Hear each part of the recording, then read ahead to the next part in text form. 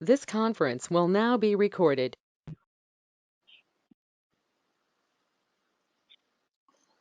right, hello everybody. Thank you for joining us for our virtual roundtable to discuss healthy building practices for the post-COVID period and beyond. We're very excited that you could join us today.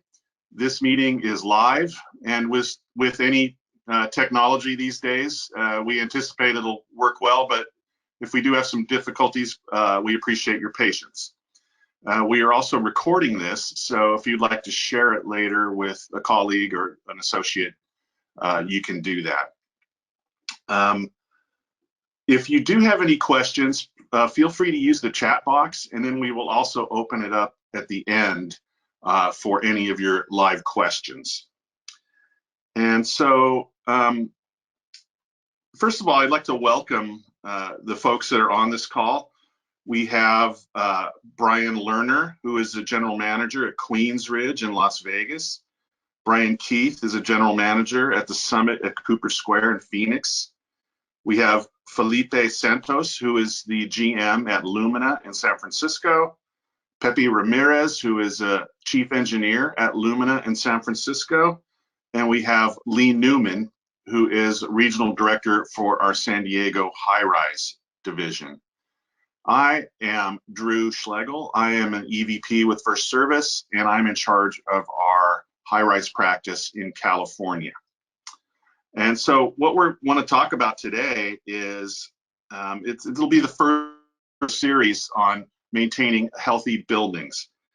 And we've all had and amenity closures and, how to deal with resident quarantines and cleaning and issues associated with people testing positive, et cetera. We're coming out of the purple into the red zone in most areas in California, and with all the vaccines coming out, we really feel like it probably will only be a month or two where we're back to a bit more normal. Now, I should probably knock on wood when I say that, because I thought we would do that before, but having said that, we didn't have vaccines before. Now that we do, we're really hoping to get back to more of a normal place. And so that got us thinking of all the things and all the practices we've developed over the past year to deal with COVID and create more healthy buildings. What are some of the things that we should maintain as we move out of COVID? We've learned a lot, and some of it, I think, is our practices that should carry on beyond this COVID period of time. So, one of the first things is what's going on at the front desks, right?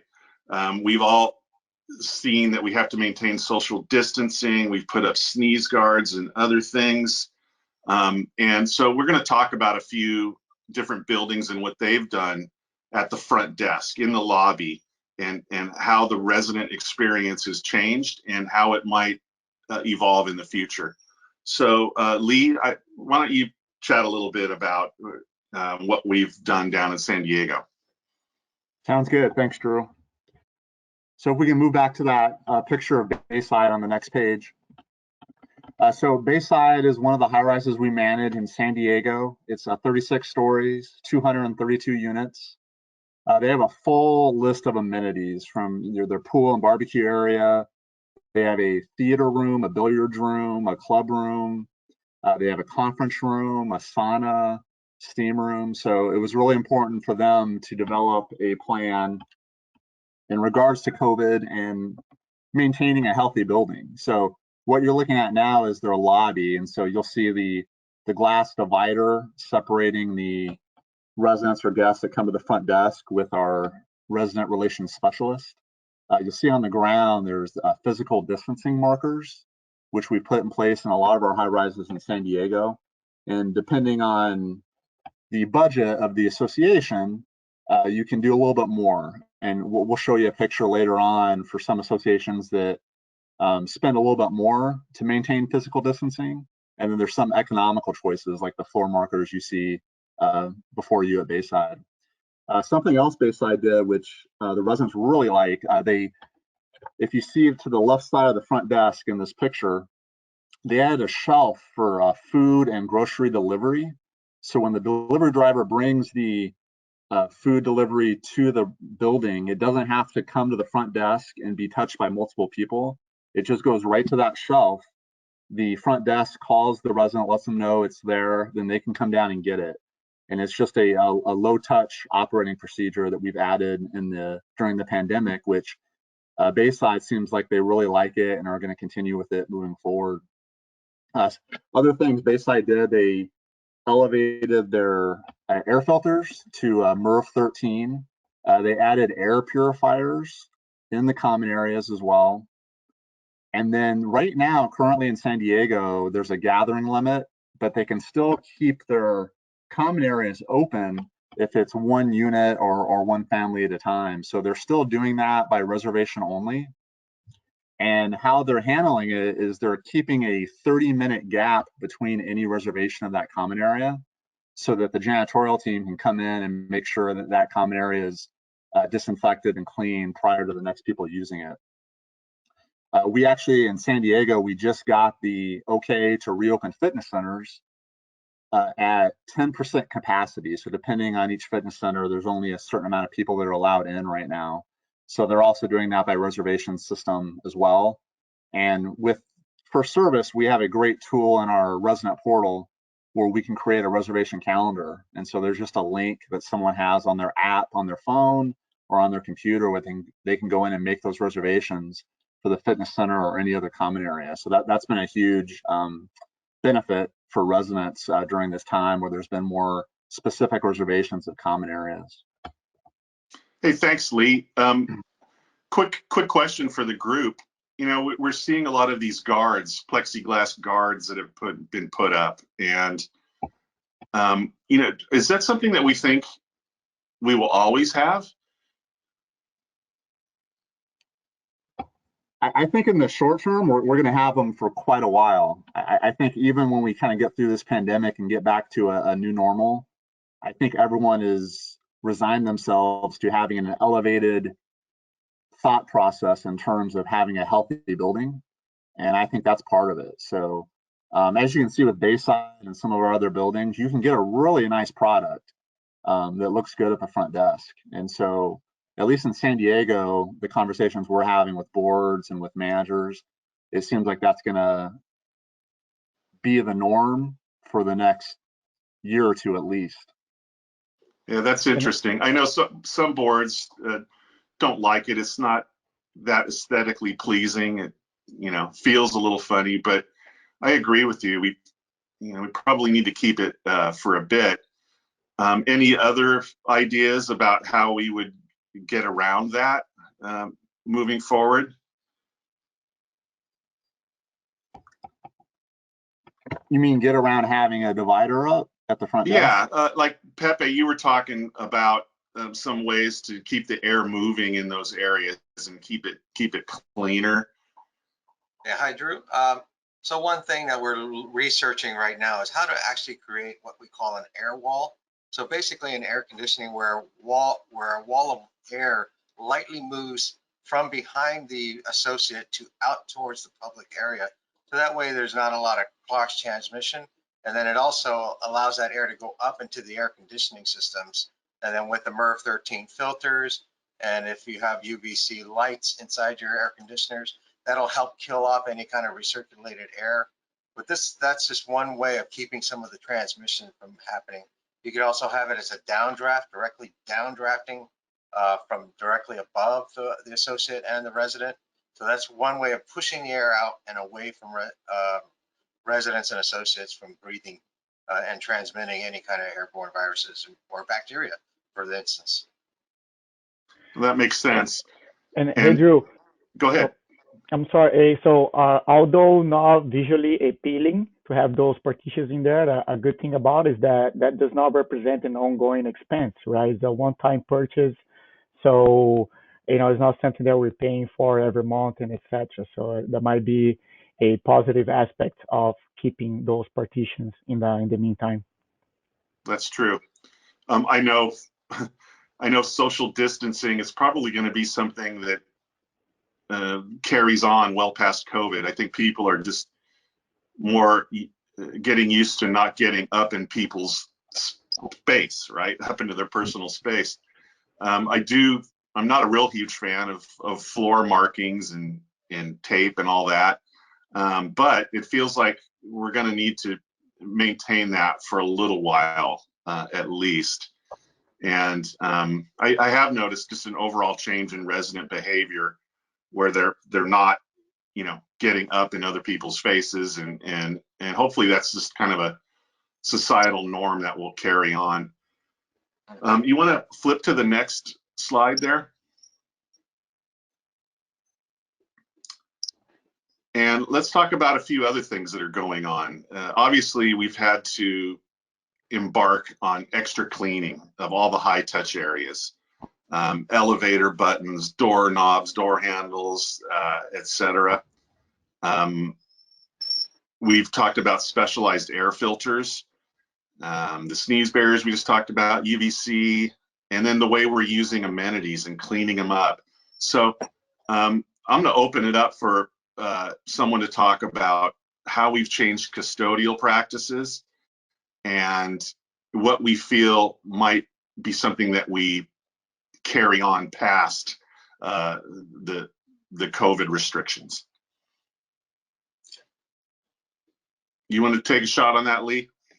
Yeah, I would love, first of all, Brian, if you're on, correct? I would love for you to explain that piece of equipment we're looking at and how that's utilized at One Queen Ridge Place.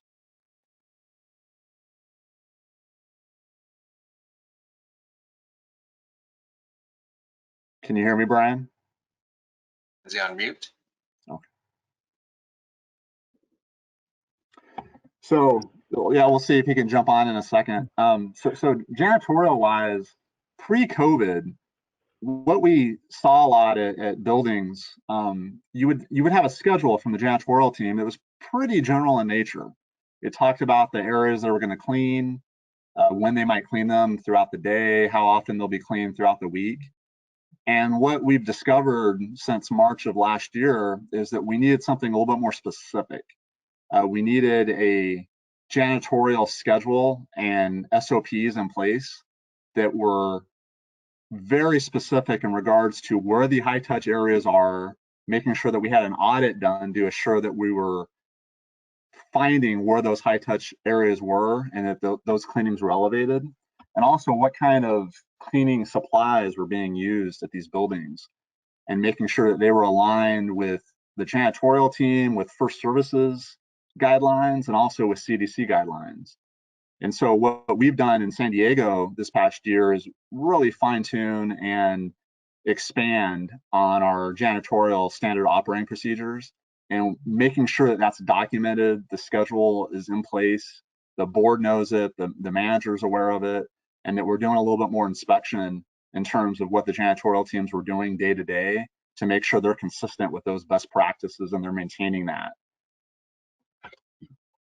Thanks, Lee. Hey, Lee, oh, I'm sorry, Drew. I was just going to ask Pepe, I would like to talk a little bit about the UVC that we installed here in Lumina in the elevators and the AC closets. I think that was very nice.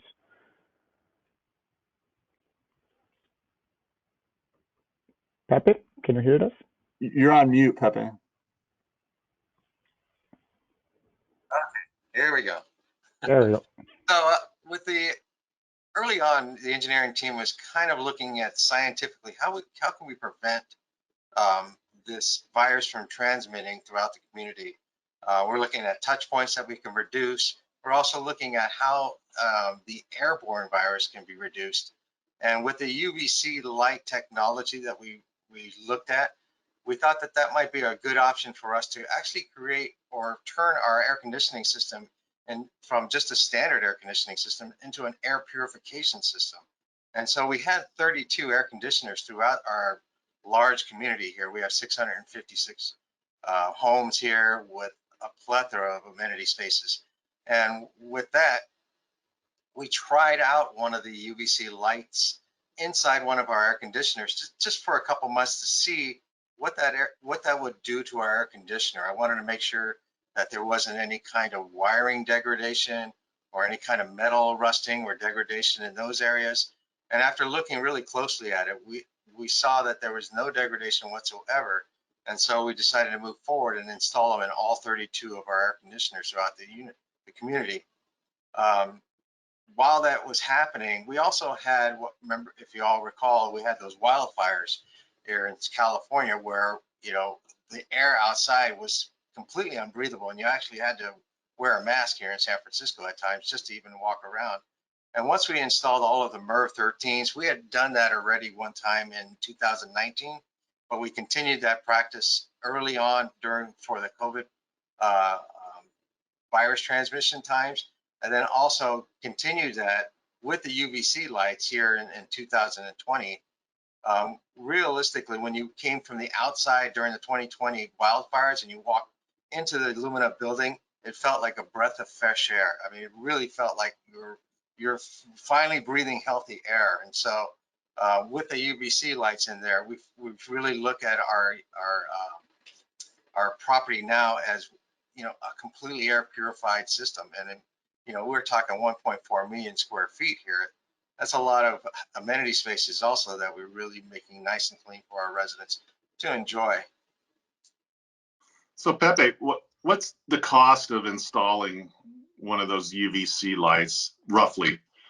So the material cost was about $100. And then we added our labor in there, which was already here doing the work for us. And so realistically, it was about $100, $115 just to install one unit. And so about $4,000 across the board to be able to do all of our air conditioners. That's cool. And so it just ties in to the same electricity that's being used in the air handling unit. Exactly.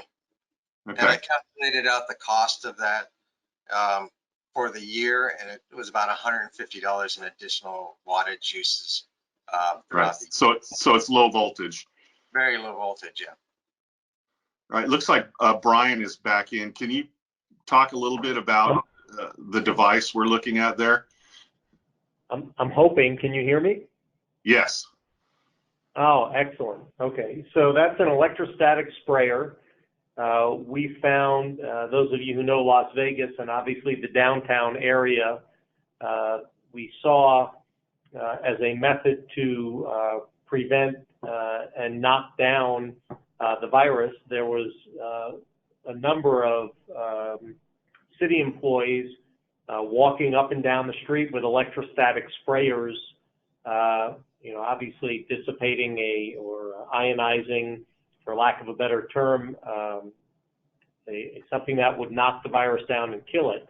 And then it became very obvious that to do that in the public areas, so the common areas, was very easy to emulate. So we found a handheld device, that's an electrostatic sprayer. It was about $600. We obviously got the chemical that was rated for killing COVID, and basically 2 times a day in the morning and in the afternoon before the staff basically leaves, we go through all the common areas, and we actually do the fitness center a few more times during a day. We do that about 4 times a day just because of the frequency and the obviously transmission possibilities that happen there, as well as more frequent sanitizing in the high touch areas. Been very well received by. Go ahead. I was going to say, do you recall what the price was for that device? It was under $500, and you know, we only needed one, and just you know, twice a day. It's very easy, and it's really effective in the elevators. And the unit owners here really appreciated. They said, you know, we know we're doing extra touches. Is there anything else we can do? And when they saw us doing that, they said, wow, this is really great. They were very, very receptive to having it done. Seems like a good investment. I was going to say, we've all had to deal with, you know, intense cleanups when we were aware of a positive case in a building, and we had to kind of backtrack where that resident went and what areas they touched and who they were in contact with. And I know many of the custodial vendors out there use these types of devices. And you know, some of the charges were pretty high for them to come in and do the specialized cleaning after we had a positive case. So I think it made a lot of sense for certain associations to actually buy some of this equipment and have it on hand. So I think that was excellent. Thanks, Brian. Let's talk a little bit about amenity use. And, you know, gyms have been, you know, that's obviously an area where people get close to one another. Obviously, they're touching the equipment and you know, heavy use of it. And as we're beginning to open these things back up, you know, we have to worry about spacing and, you know, cleaning up after each use. And I was wondering if maybe someone could elaborate on that a little bit. What are you seeing out there? What do you think we're going to do going forward? Lee mentioned how FirstService has a system where we can do reservations for common areas and for amenities. Maybe we get to a point where we actually have to have people sign up, and so we can kind of limit the crowd in you know, during certain hours of the day. So anybody want to chime in on that? Hey, this is Brian from Summit at Copper Square in Arizona. I can give you a little insight from our side of this, you know, the area. Arizona had a little bit less strict regulation on private gym facilities. So here, when the COVID started, we did limit usage and had a sign-up system so we could limit the amount of people in the gym facility. And then the cleaning stuff went into effect as far as, you know, finding products that were longer lasting, microban type products that give longer surface protection. And then we also included sanitizing spray, you know, in the gym so that people were worried they could spray down equipment before and after usage.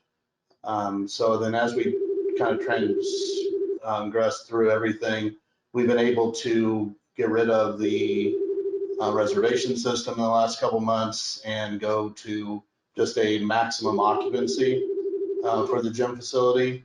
And that's helped a lot too, helping owners, you know, appreciate that they've got better access to the facility at whatever time they want to go. That's good. And I know pools also are areas where we've had to schedule usage, and unless you have a calendar system, it's really tough to do that, and it's a burden on the staff to try and figure out how to manage it. So that's another good feature of our Connect management system, is these calendar functions where people can go online and see when there's availability, and you know, help us to manage the crowds in these areas. The last bullet there is talking about the supplies. You touched on that, Brian. You know, like now we're using, you know, more enhanced supplies. Do we expect that we'll see an increase in cost for our custodial services going forward? I think you'll have increased janitorial costs just due to the enhanced products. What we've seen so far is maybe anywhere, depending on the product and the amount of usage that you have, since that's increased, anywhere from a 10 to 15% increase in janitorial costs. Anybody else want about the same thing in San Diego as well, about 10-15% increase that we've already seen, you know, in the past year. And that's just due to, you know, more expensive products, but also the amount of products being used, because we're hitting these high touch areas a lot more than we ever had in the past. Yeah, and then don't forget the minimum wage is going up in different places, which is putting pressure on wages for everybody. So yeah, I do anticipate that we'll need to budget a bit more for custodial going forward, because we will want to maintain the cycle. Lee, you mentioned earlier about, you know, managing the scope of work for the custodial team and the frequency of when they're touching certain items. And maybe Pepe, you could chime in a bit about what we're doing at Lumina with custodial and what areas they might be focusing on, and maybe some things that we've done in, say, the public facilities to maybe reduce some of the work that they have to do there. Right. So when it comes to the labor, there's really hasn't been any kind of increase to the labor cost right now because of so many of our amenities are actually closed, but yet we're keeping the associates employed because now the remaining amenities and common areas have to be cleaned twice, if not 3 times as more as what we were doing last year at the same time. So realistically, the labor costs won't increase until all of those amenities, all the additional amenities start opening up. When it comes to the supplies and the solutions, the cleaning solutions, yes, we're cleaning a little bit more. So right now we're seeing about a 15% increase when it comes to the cleaning supplies and solution. And that also includes the gym wipes, which are, quite a costly item. And those are being used at a much more frequent rate than we were in 2019. But we're going to be looking at how is it that the remaining amenity spaces that we're opening up, what do we do with those that we adjust to make sure that we're not overwhelming our cleaning labor to add costs? I think you're correct, Drew, when you said there's going to be a little bit of an increase come next year when we actually have to, and we should budget for an increase in cleanings because we're going to need to start cleaning these areas a little bit more frequently. Most of our amenities were already on schedules, and when 2019, we were already on schedules and we were cleaning after each one of the events. So whether it was a massage room or a private dining room, we were always in there cleaning right after the actual event. What really adds to it is the gym cleanings now, because we're closed for 1 hour to clean and we're open for 1 hour to clean. And realistically, we're cleaning those areas, I would have to say, at a time 5 times more than what we were doing in 2019 as opposed to now. Yeah, I think things are changing, and like we said at the very beginning, some of these changes might be more permanent. And our goal, I think everyone's goal, is to have a healthy building where the residents feel safe, and the associates and the staff working there feel like it's a great environment to work in. And so as horrible as this has been, we've been on the front line as essential employees. We never stopped. The reality is our buildings during shelter in place actually, have a lot more activity because more people are in there. We were talking earlier, and we'll have another session on finances, but it's funny how, certain of our utility expenses have gone up because there's more people in the building and staying in the building. And then in other areas, they might have gone down because the amenities aren't being used.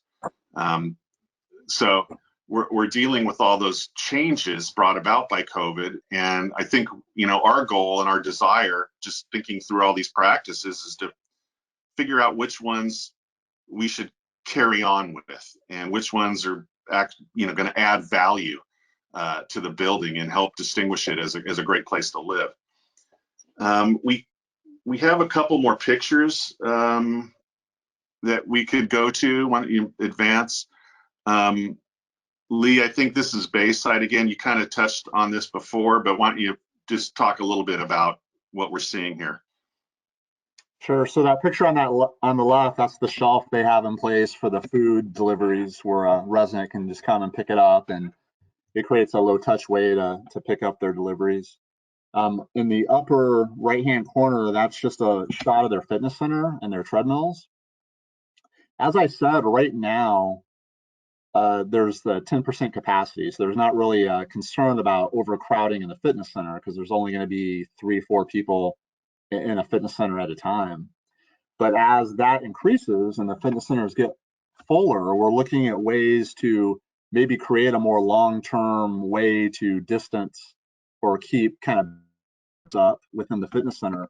And a lot of them in high rises are pretty tight, like what you're seeing there with the treadmills right next to each other.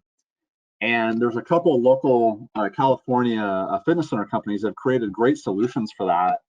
where there are these frosted glass dividers that are portable, and they just sort of kind of fit in between the equipment. So even pre-COVID, you'd have residents who might complain that someone's running next to them and their sweat's flying over and hitting them while they're on a different machine. And so this is a solution not only for COVID and for health reasons, but also for that reason as well. And unfortunately, we don't have it on this slide, but I have a great YouTube video that shows this piece of equipment in place and how it would work within a fitness center. So if anyone's interested, just email our team and we can send you that link so you can kind of see how that's set up. This picture also shows the air purifier that you can kind of see in the right-hand side of that elliptical machine. And then below is the pool area. And pre-pandemic, there was a lot more chairs out there than what you're seeing now. And so what we've done throughout all of our buildings is just space out the pool furniture that is in each area to make sure there's physical distancing for people that are laying out by the pools. And so, you know, we're hoping as time moves on that some of that furniture will be returned and they'll have a fuller capacity at the pool. But at least now in the short term, moving forward into 2021, this is just a good way to help assure that you're maintaining physical distancing. And again, that's another procedure that we've added to the janitorial teams or day porters or engineers to make sure that we're inspecting those daily, and that if people maybe move those together, that we're spreading those back apart on a daily basis to make sure that we're maintaining that distancing.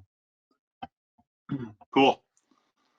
I would mention too about the food deliveries and packages. Our management and resident connection system called Connect that all of our associations use throughout North America has a texting function as well as email and phone call. So we have a variety of different ways to get to residents to let them know they have something waiting for them or a guest or whatever it might be. Again, just trying to make it as convenient as possible as we have so many people sheltering in place at home and or now working from home. I think we will find that too, that more and more people are actually working from home, and therefore again the usage on the building and its air conditioning and utilities will likely stay pretty in a state at an increased level. Could you look at the next slide real quick? This is back to, oh wait, which one is this? Why don't you talk about a couple of those, Lee? So the one on the right is Icon, and that's the rooftop deck they have that overlooks Petco Park. And so that's been something that's remained open for residents to reserve.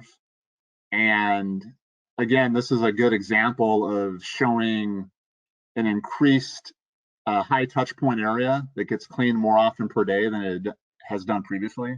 And also what we had touched on before, when they have reservations for this deck area, they keep a gap in between the reservation schedule so that the janitorial team has the ability to go in and sanitize and clean that area before the new group comes in to utilize it. So just another great elevated procedure that we've added during the pandemic to maintain a sanitized common area. And the picture on the left, that's Lumina. That's a front desk at Lumina, and you can see there an example, some plexiglass partitions. They don't look that horrible, right? They're maybe not the clean, sleek look that everyone loves about the building, but if you do it right, it doesn't really look that bad. And Felipe touched on that in the past. It's probably something that we're going to keep up for a while. We've already invested in getting them. And, anybody else, or Felipe, what are we doing about folks wanting to visit the office and getting close with associates that are actually working, say, in the manager's office? So we still have our office is open for residents, of course, and we just ask them to keep 6 feet distance. So we have some lines or tapes that we install it in the office for their convenience, so they know not to get too close from our associates. And as much as we can, we try to resolve things via email or phone call, but sometimes, we just need to see a resident and interact. So right now our HOA office is open, and residents have been very understandable about it. And yeah, we just ask them to respect the distance. We all wear masks at all times, and we haven't had any issues so far. And we're going with the flow the best we can. Good. And those areas were the very first areas that we put the UVC lights in there because it's such a tight and closed space. We wanted to make sure that there was always good clean air in those spaces. Excellent. The next slide shows another property in Los Angeles and some of the stanchions that were put up to help maintain distance. These aren't necessarily my favorite ways of keeping social distance, but of course, everyone knows that we need to do this. It is, the guideline, and we're just trying to keep everybody safe. And it feels a little funny, but I anticipate we're going to continue to have a little bit more distancing moving forward, even as they're opening, sporting events and stadiums and movie theaters. We're still having to keep, household groups can be together close, but other than that, you got to maintain the distance. So we're just trying to be creative as best we can in order to keep everybody safe. There's a picture there of the lobby at Summit at Copper Square. I don't know, Brian, if you wanted to chime in about a couple of other things you're doing there to help maintain distance and educate residents. Sure. I think, a lot of it is when this all first happened, we were, told the social distancing and, making sure, people had their space. You can't always just have, one person in an area. So, reorganizing furniture in all of our common areas. This is one of our conference rooms that, usually has a big conference table and, 8 to 10 chairs. We removed those seating areas so we had the proper social distancing. That shows what I talked about earlier, like a sanitizing bottle with spray in it, so that people are worried that, that before they sit down, they can spray, or afterwards also. I think as much as anything, it gives the perception to homeowners that we are, taking this seriously. We're sanitizing, and you can also help in that sense. A lot of it comes down to communication to your homeowners also in your, weekly updates or newsletters, or even just, a quick mass communication regarding if they've got some type of new procedure that we're taking on for, to help, battle the COVID crisis. So I think in our community anyway, a lot of people have expressed their appreciation for those type of communications. And, that gives them kind of the warm fuzzy also that they know we have their best interest during this crisis. Thanks, Brian. Yeah, I think, as a company managing literally hundreds of high rises all throughout North America, we've had to really have some, standard communication related to this and make sure that we're getting the right information to residents and following all the protocols on a consistent basis. And, obviously we've been very serious and diligent about this. I think we're all hoping that we're starting to climb out of this. And, kind of the purpose of today's call was to look forward a little bit and think about what practices will we maintain, which ones maybe that we can relax on in the future. And so we're just trying to think ahead and help boards teach their policies and how we're going to open amenities safely. So now I think it's time for some questions. We have a couple that we got in advance, and I don't know if we have any on the chat line, but let's just tackle this first one. Should we be documenting COVID-19 cleaning schedule in case proof is requested by association members? I think Lee and Pepe both talked about this earlier in terms of, what is the scope of work for custodial. I, I'm not, has anyone actually done that? Has anyone shared that with their residents, or are we doing it more just to have it for ourselves? I have never received a request so far, but we do document it, but so far I haven't received a request from a resident. Okay. We've communicated with residents in regard to elevated cleaning and kind of what's taken place without going into maybe too many specifics. But the first part of this sentence, I definitely agree with, that the high rises should all be documenting what their COVID-19 cleaning schedule is versus maybe what they were doing previously. That's really important to have just for a lot of different reasons. But if you did have a community that was very vocal about wanting to get more details, there's really no harm in providing that and letting them know what you're doing and how you've enhanced your cleaning schedule. Right, and it makes me think about when you guys are approving invoices from a custodial vendor or looking at hours of custodial associates, is, what are they doing? And we got to get our arms around the scope of work. And so not only from a health perspective, but also financial, like making sure we are, getting the bang for the buck out of the custodial work. So yeah, I think that's a great question. And yes, it should be documented. It's basically the scope of work in their contract. And if they're charging us for certain things, we need to make sure that they're doing it. So great question. Does FirstService Residential have their own janitorial guidelines you provide to buildings, even if the building has a third-party janitorial? And the answer to that is yes, of course.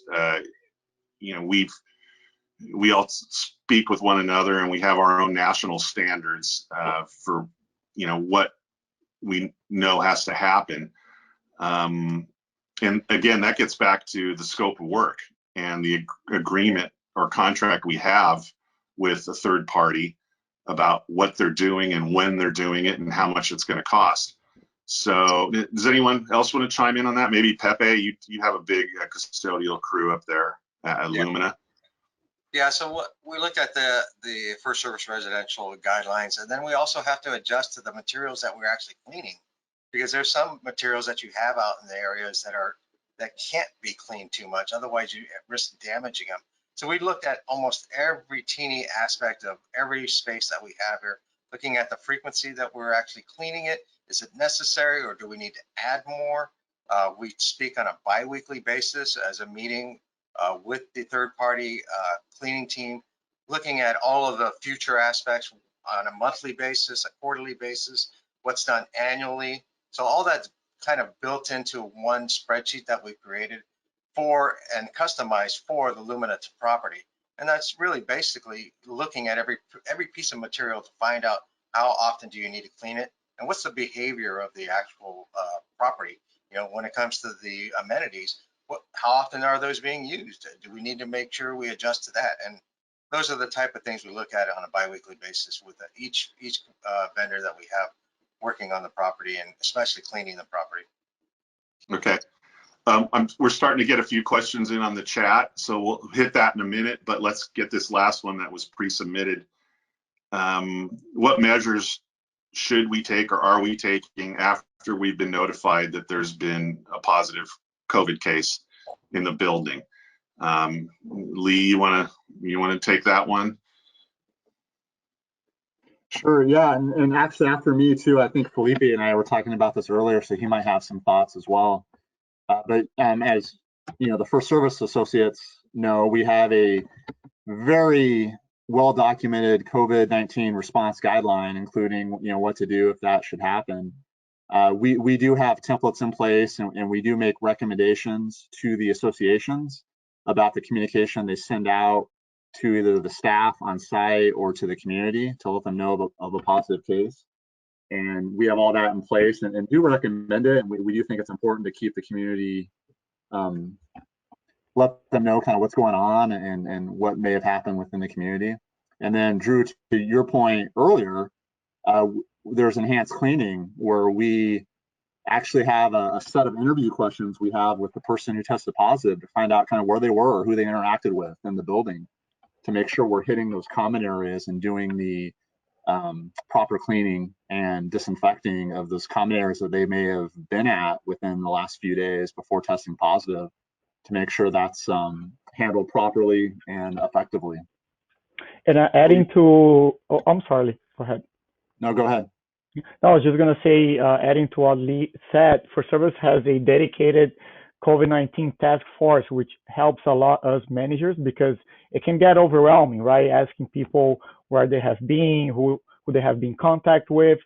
So, this group of people from FirstService, they call those people, they'll ask the questions, and they will help us a lot, managers with this, information. So we know exactly who needs to stay at home, who can return back to work, and etc. So, when it comes to those positive cases of COVID, I think it's just important to be very organized and upfront about it, and just make sure everyone knows what to do. And at least from my end, it has been very helpful to have this dedicated group of people from the company that really helps us doing that part. Thanks, Felipe. I also wanted to add too that our COVID response guidelines, they're available to anyone, even our non-clients. If you go to the FirstService website, they've been there, and everybody has access to review them. Yeah, and one of the challenges is respecting the privacy of the person who reports. I know in the very beginning there was a lot of folks who wanted to know, like, what unit is it? And of course, we worked through all the best practices regarding that kind of disclosure. And so all of our policies are intended to keep the building as safe as possible and the associates and residents, while still respecting the privacy of the person who reported positive. So looks like we have some questions in the chat. Let's see here. Can somebody help me? Let's see. Here's a question. Someone asked about what does MERV mean?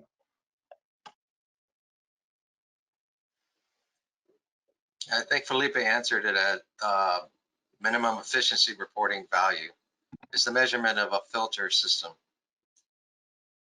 And yeah, basically it just measures how much matter passes through an air filter. So the higher the MERV rating, the less matter passes through that system, including potential airborne contaminants, viruses, things like that.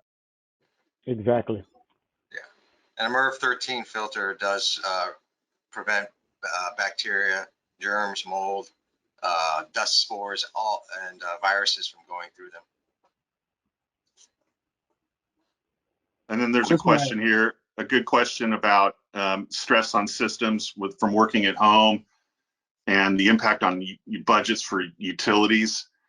And yes, what steps as a board should we be considering now? And I think what we're doing is getting down to the actual units of measure, the therms in terms of gas, or the kilowatt hours in terms of electricity, or the gallons in terms of water, and creating some metrics and some baselines about what's happening with this usage, and then trying to bake that into the budget for next year. And I know not everyone's on a calendar year, other people have different fiscal years, but the key is getting into the details of what you're seeing on your utility bills, and not just the dollar amount, but the actual usage of the unit of measure. So I think that's the key, is making sure the manager spends a little time looking at those actual invoices and the amounts being used. Anybody else want to chime in on that? Sure, Drew. Yeah, sounds like the question too also alludes to the equipment in the building, and because there's more people in the building, is the equipment getting more use, and maybe the remaining useful life is depleted versus maybe what it was in the beginning. And so that's definitely something to think about. My feeling is if you have a good, proper preventative maintenance plan in place, the remaining useful life of your equipment in the building shouldn't decrease that much. So that's the one thing I would make sure of, is that you have a good PM plan in place for that equipment. But also, your reserve specialists, when they come out to do their on-site visit, they're going to be able to take a look at that equipment and determine whether there's more wear than there should be, and they may have to adjust that remaining useful life on your reserve study. If they do that, there'll be a kind of a slight difference as to the funding level, but it shouldn't be astronomical. So it's nothing that would be a huge impact to the association year to year. But I think it's important to make sure that reserve specialist is noting those and changing that remaining useful life when applicable. Awesome.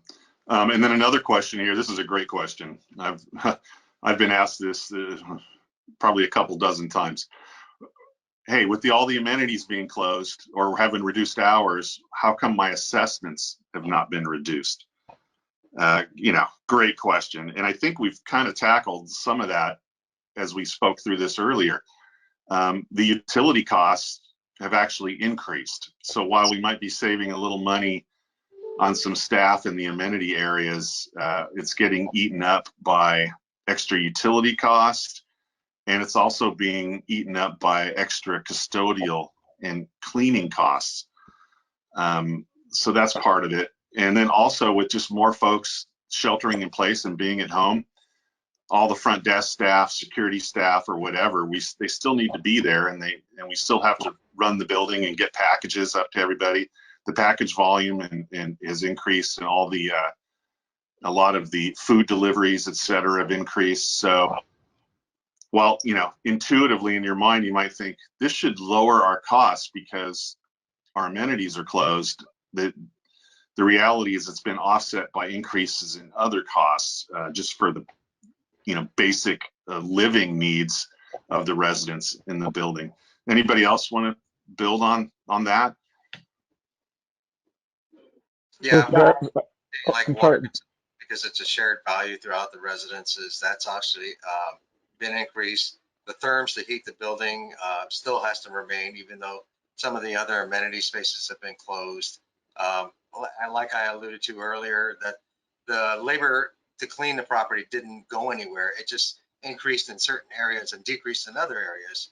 And so that still remained. And also because of the budgeting purposes from back in 2020, when we budgeted for those assessments, we make those changes once a year. And just to close this point on Pepe's comments, we don't know when amenities are going to reopen again, right, Drew? So we at least here at Lumina, we keep all of our amenities clean and well kept at all times. And even though it's a little less frequent, we still have those resources being allocated for cleaning. So yeah, like one might think that expenses would go down, but they're pretty much being offset, if not even higher, due to the to the utilities and higher frequency of cleaning. But our amenities, at least we continue cleaning them. All of the equipment that we have in there, they are kept functional, and that's how we're going, because at least in San Francisco things change very rapidly. So we want to be prepared that everything is on point for residents to use when they're allowed to. Excellent. I think it's important too to just make sure the association is always educating the membership too in regards to the association. There's a lot of new condo owners who don't fully kind of understand how the association and the assessments work. And maybe they're used to apartment living where they feel they're paying rent to a corporation.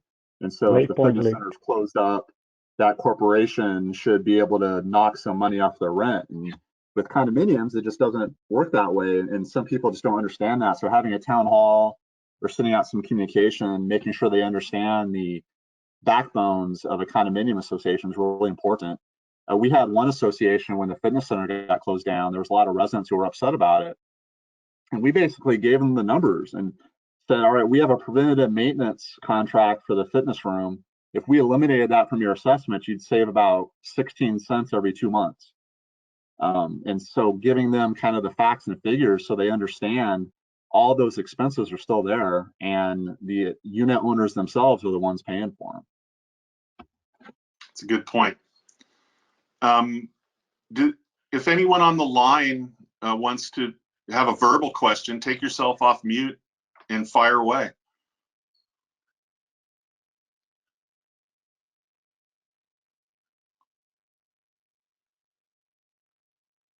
All right, well, hearing none, I think that I wanted to thank everyone for participating today. And we look forward to seeing you on future calls where we discuss best practices for vertical communities. And I wanted to thank everyone from the FirstService staff for jumping on this call and sharing your ideas. And I just want to wish everybody, health and safety, and keep all of our positive vibrations heading towards a time when we can open things back up and in a very safe way once all these vaccines are distributed and the herd immunity has been developed. So, like I said, our goal as a company is kind of trying to look ahead to and make sure we're planning for the future and we're ready to reopen when the time is right. So again, thank you all for joining. And at this time, we will end the call. Thank you for the opportunity. Have a good day, everyone. Thank you.